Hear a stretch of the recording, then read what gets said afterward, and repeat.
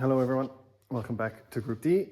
I want to start a new series on this 2JZ E46 four-door that we are starting into.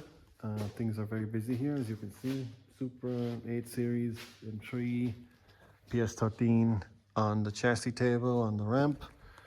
But yeah, this is a 2J E46 four-door, which is kind of rare to do a four-door, but this is a project we're taking on for a customer, and I think it's going to be something special. So I'm going to do a complete video vlog in it, and you can stay in touch with it as we go. Right, so this is a mock-up engine, 2JZ GE non-VVT. This car will actually be getting a 2JZ GE non-VVT, so this is exactly the engine that will be going in. The engine is going to be very special. I'm going to do a vlog on that. It's going to be the best 2JGE in the country, and probably for a very long distance, if not one of the best in the world. A lot of cool stuff going on with it, so it'll be very interesting to get into that. Engine is just placed in now for some engine mounts. We'll be doing engine to chassis mounts, so we can keep the cross member just for the steering rack and the lower control arm. That's the way I like to do things, so we'll be making chassis mount there.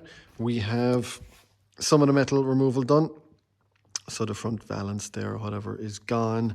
We've decided to leave this for now, as it's a nice heat shield from the exhaust to the brakes, so we left that for now and removed a load of tabs, all the kind of threaded bolts that you get everywhere on the front of a BMW. Yeah, this side has totally removed the there's a kind of a sub bulkhead here that has a rubber seal on it, so no need. We'll be tying the roll cage into the strut tops here, which isn't done. Speaking of the roll cage, it already has one, which saves us a lot of time.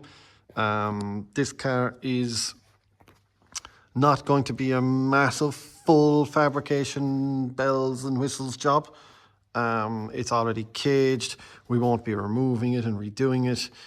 We will be doing a fair bit to this car, but as I said, it won't be like a real massive €150,000 chassis up build. It'll be just kind of adding to what's already here a little bit. It's kind of a 50-50 build or whatever. G101 G-Force is in-ish on a piece of timber. Just cutting out the tunnel for the side shifter rods, and the shifter unit goes on there. And a nice bit of room in the BMW compared to what we're used to.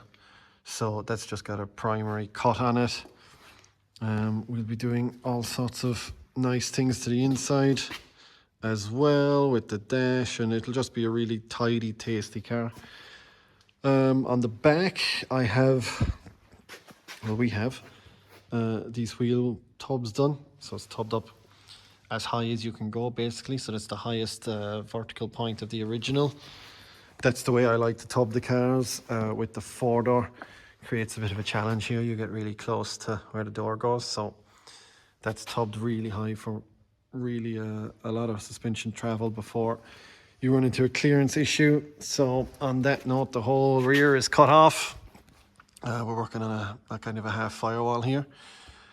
The whole rear is cut off, and I'll be starting my own rear plating setup with some reinforcement for the subframe. Subframe will be tying into the suspension tops, and yeah, tied into the roll cage inside then as well through the firewall that's there. So a good bit of fabrication to do here, but anyone that knows E46s knows that they are really weak around the subframe mounting points, and something has to be done with them basically. So been doing a lot of measurements, just have this original subframe in, which is very, very rusty, as they all are. They're a disaster. And put in some of the original arms just to look at my bump and my droop and everything, and see what I'm going to do regards clearance underneath and everything. And then I plan to make my own tubular rear subframe to mount the Bulldog quick change that's going into it. So that's going to be a very interesting project also. The standard subframes, I hate them. They're so weak, they're so rusty. They're just a big compromise. So I'm not going to bother. I've done it before a few times putting quick changes into the standard ones, and I hate it. So I'm going to make a full tubular subframe the way I'd like to do it. That's the plan anyway. It's looking fairly complex, but that is the plan that I want to get done. But yeah, just a quick look at this before we get into the real nitty-gritty. So we've done a lot of metal removal, obviously, and the rear is getting these full fiberglass quarters that will replace the whole back that we've cut off. So we'll be putting one of our rear crash frames in here with bumper bars, and there'll be a fuel cell, radiator, all in the back. So it should be a really good car when it's done. So yeah, looking forward to getting progress on this and keeping everyone updated. Right, so we were planning to keep this simple, but the rear of these 46s is such a compromise and so weak and stuff that I decided, look, let's redesign it, make it no compromise, strengthen everything, improve everything, and we'll make this kit available to sale then on the Group D website. So yeah, ended up with a lot more work, but yeah, did some suspension work, redesigned the tops for more travel, new firewall, subframe mounting points are very weak in these, so we're going to fix all that, make room for the quick change later and all that. I'll go through it on the next episode when it's complete. And yeah, well, keeping it simple on this one kind of went out the window a little bit, but I think this is really badly needed, as the 46 is so bad at the rear that it's something that needed to be done. I couldn't keep looking at it at how bad it was without fixing it. So I'll update you in the next episode. Thanks for watching. This is going to be a really cool car, so we'll be back very shortly with the second part of this one.